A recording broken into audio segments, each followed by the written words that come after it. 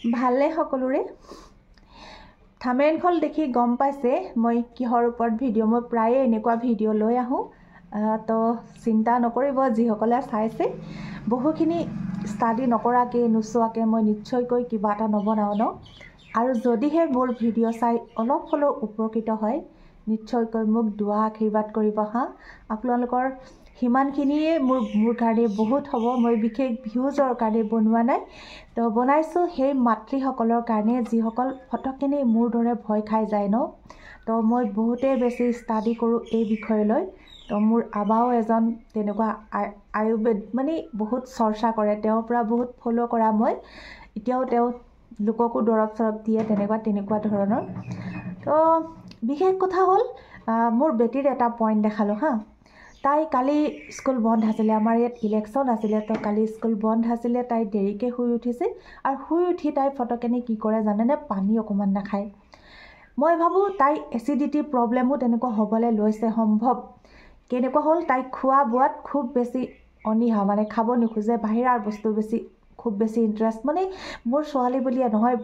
বহুতৰ দেখিছোঁ আজিকালি খুব বেছি ইণ্টাৰেষ্টেড বাহিৰৰ বস্তুবোৰ যদিও দিয়া নহয় ন তথাপিও মানে কাৰোবাৰ পৰা হ'লেও কিবা কৰি খাবলৈ পায়ে যায় তেনেকুৱা বাৰু যি কি হওক নহওক তো উঠিলে দেৰিকৈ মই গুড় পিঠা বনাইছিলোঁ মানে আটা দি বনাইছিলোঁ য'ত ডিপ ফ্ৰাই কৰা নাই কালি মই ভিডিঅ' এটা দিছিলোঁ শ্বৰ্ট ভিডিঅ'ত যে খুব কম তেল দি পেলাই কেনেকুৱা ধৰণৰ এটা পিঠাও বনাব পৰা যায় তো তাৰে এটা খাইছিলে কিন্তু সেইটো খোৱাৰ লগে লগে তাই কি কৰিলে ফ্ৰিজত আছিলে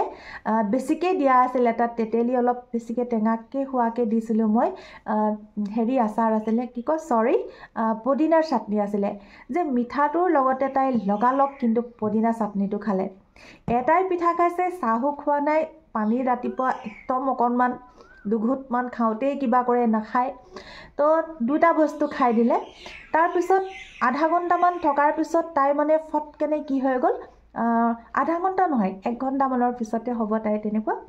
ফটককেনে এনেকুৱা হৈ গ'ল মোবাইল চাই আছিলে তাই এনেই ঘৰত কাৰ্টুন কিবা এটা চাই আছিলে এনেকুৱাই বাওঁফালে পেটটো মানে খুচি মাৰি বিষালে তাই মানে বাগৰি গৈছে ছোৱালীজনী তে অকস্মাতে একো নাই ঠিকেই থকা ছোৱালীজনী এনেকুৱা কিয় হ'ল যে ফটকনে চিন্তা কৰিব মাকসকলে যিহেতু আপোনাৰ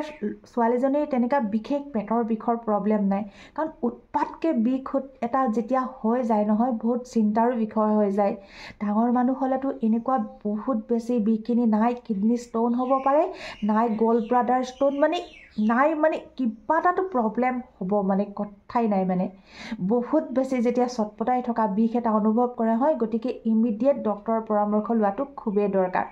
কিন্তু গেছ হ'লেও এনেকুৱা হয় কিন্তু খুব বেছি চটপটাই থকাকৈ সম্ভৱ নহ'ব তেনেকুৱা মই দেখা নাই দেই কিন্তু বিষ এটা কিন্তু হয় সৰু ল'ৰা ছোৱালী ধৰক অলপতে চিঞৰ বাখৰ কৰে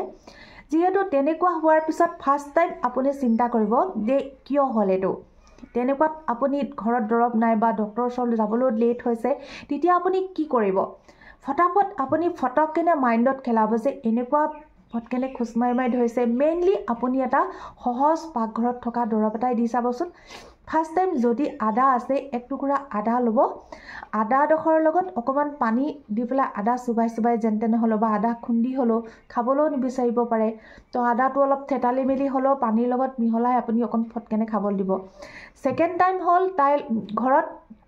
যদি কিবা এণ্টাচিড জাতীয় তেনেকুৱা আছে গেছৰ তেনেকুৱাও দি দিব পাৰে যদিহে নাথাকে তেতিয়া কি দিব জানে মই এটা বিশেষ দেখাইছোঁ আপোনাক বেটিয়ে কেনেকুৱা ৰিলিফ পালে ফটকেনে হা তাৰপিছত তাই দুটা তেনেকুৱা দিলোঁ তাৰপিছত আজিকালি জলজিৰা পেকেট এটা পায় জলজিৰা মানে জিৰা মিক্স থকা নেমু মিক্স থকা এনেই এটকীয়া পেকেট এটা পায় মোৰ ওচৰত আছিলে ফটকেনে তাৰো গেলিলোঁ দুটা বস্তুটো কোনো ধৰণৰ হেৰি হোৱা নাই দেই এইকেইটা দিয়াৰ পিছতো তাৰপিছত মই চেষ্টা কৰিলোঁ যে বেছি কিবা এটা প্ৰব্লেম হৈছে নেকি ডাইজিন এটাও দিলোঁ তেতিয়াও হোৱা নাই কিন্তু ঘৰুৱা উপকৰণে কি ভাল হ'ল মই আপোনাক সেইটোৱে কৈ আছোঁ যে এইকেইটা দিয়াৰ পিছতো তাই তেনেকুৱা হোৱা নাই যেতিয়া বাপেকে কাম কৰি আছিলে গাড়ীৰ কাম কৰি আছিলে কিবা ঘৰত থাকিলে নিজৰ গাড়ী খোলা মেলা কৰি থাকে তো ৰখি নাথাকিলে জীয়েকক দেখি ইমিডিয়েট গাড়ীখন উলিয়ালে লগালগ ডক্তৰৰ লগত পৰামৰ্শ কৰি বাগানৰ ডক্তৰে হ'ল ফটাফট তেওঁ মানে গুচি গ'ল তেওঁ গৈ মানে ঘূৰি আহিবলৈ নাপালে কিন্তু ছোৱালী সুস্থ হৈ গ'ল ফটকেনে দে সিমানটো টাইমত এনেকুৱা এটা কি হ'ল মই কি কৰিলোঁ তো অকণমান দেখাওঁ তাৰ আগত দুটামান কথা কৈ লওঁ দৰৱকেইটাও দেখাওঁ মই কি লৈছোঁ চিলে নুখুলিলোঁ মই খুৱাবলৈকৈ নহ'ল তো ইমান বেছি প্ৰব্লেম হোৱাৰ পিছতো চিন্তাৰ বিষয় নহয় সচেতন হ'ব অকণমান বহুতখিনি কিয়ৰ লাভ কৰিব পাৰিব দৰৱ নোখোৱাকো তো মেইনলি ভাবি ল'ব গেছ এনেকুৱা এটা ঝামেলা এটা বেমাৰ যিটো কিয় হয় কি নাই এইখিনি বহুত যদি মই কৰি থাকোঁ কিন্তু মই এইটো এটা কৈ থওঁ হা তাই পিঠাটো খাই লগালগ কিবা এটা ইমান এটেক কৰিব নোৱাৰে আপোনাৰ ইমান ফটকেনে গেছ হওক বা এচিড হওক এচিডৰ ৰিয়েকশ্যন কিবা হ'ব পাৰে কাৰণ তাই তেতেলীটো খাই দিলে তেতেলী ৰাতিপুৱা খালী পেটত সৰু চাই এটা পিঠাহে খাইছিলে ৰাতিপুৱা তেতেলী এনেও এচিডিটি মানে হ'ল এটা কি হ'ল জহৰ এটা তাৰ লগত এইটো এটা এচিডিক বস্তু গতিকে মই ভাবোঁ সেইটো এটা ৰিয়েকশ্যন হ'ব পাৰে যে এচিডিটিৰ ফলতো তেনেকুৱা হ'ব পাৰে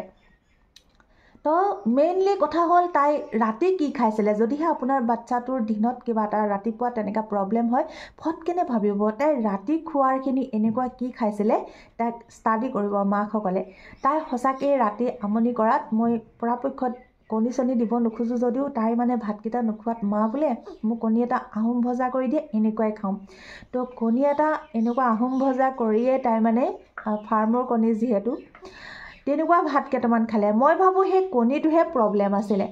ঠিক কণীটো প্ৰব্লেম আছিলে ৰাতিপুৱা লেটকৈ উঠিলে খোৱা বোৱা বেছি লেটকৈ খোৱা হ'ল গতিকে এচিডিটিৰ এটা প্ৰব্লেম হৈ আহিলে তাৰপিছত সেই কণীটো এটা প্ৰব্লেম হৈ থাকিল ৰাতিৰ পৰা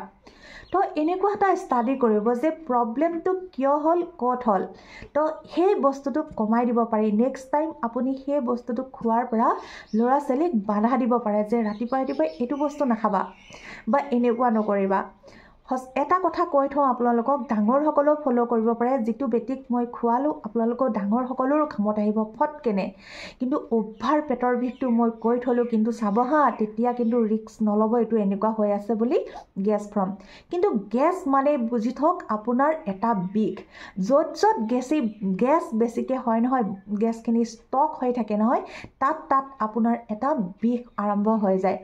ধৰক কঁকালৰ বিষ আপোনাৰ কঁকালৰ কোনো প্ৰব্লেম নাই ফটককেনে ক'ৰ পৰা কঁকালৰ বিষ আহিল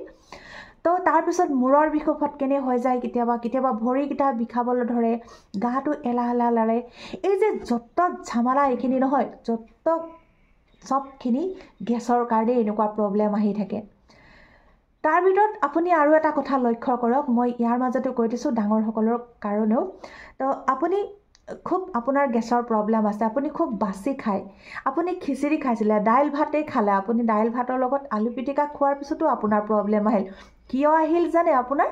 প্ৰব্লেমটো হ'ল আপোনাৰ দাইলখিনিত যিহেতু দাইল অতি মাত্ৰা তাত প্ৰ'টিন থাকে প্ৰ'টিনটো কিয় লাগে আমাৰ দেহক জানেনে গ্ৰ'থ হ'বৰ কাৰণে বাঢ়ি অহা ল'ৰা ছোৱালীৰ কাৰণে প্ৰ'টিন বহুতেই প্ৰয়োজন কিন্তু সেই প্ৰ'টিন এতিয়া ধৰক মই এজন বয়সস্থ মানুহ হৈ গ'লোঁ ন মোকতো এতিয়া ইমান প্ৰ'টিনৰ প্ৰয়োজন নহয় মইতো ইমান মোক বাঢ়িবলতো মোক নালাগে আৰু ন গ্ৰ'থ হ'বৰ কাৰণেতো মোক এতিয়া প্ৰয়োজন নাই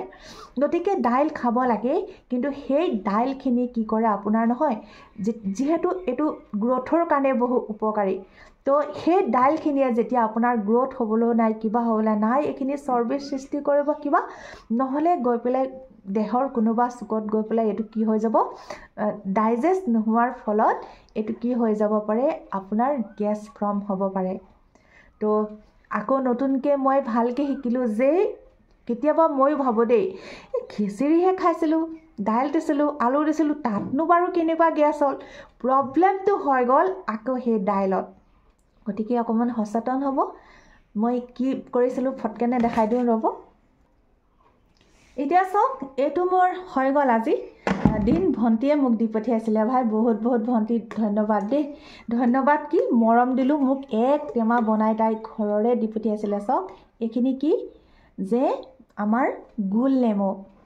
ইমান সাংঘাতিক ধৰণৰ উপকাৰী বস্তু ভাবিব নোৱাৰিব জাষ্ট এনেকুৱাই থওক লাগিলে আপুনি কি কৰক কেঁচা নেমুটো যিটো আপুনি অৰিজিনেল কাজি নেমুটোতকৈ এই নেমুটো ফুল গেছ এচিডিটিৰ কাৰণে মহৌষধ তো ফটকেনে মই এইটো তেওঁ মোৰ হাজবেণ্ডো কৈ গ'ল ফটকেনে গোলনেমুটো এনেকৈ কৰাচোন বুলি ইমানখিনিমান পানীত অলপ নিমখটো আঁতৰাই লৈ তো ইমানখিনিমান পানীত দি তাইক জুই জবস্তি খোৱালোঁ ফাৰ্ষ্ট কাম কৰিছে মানে এনেকুৱা খোৱাৰ পিছতে তাই পানী 1 কাপৰ ইমানটো কাপ এটাত মই 1 কাপ দি পেলাই দি দিলোঁ দিয়াৰ লগে লগে তাই এটা উগাৰ মাৰিছে ভালকৈ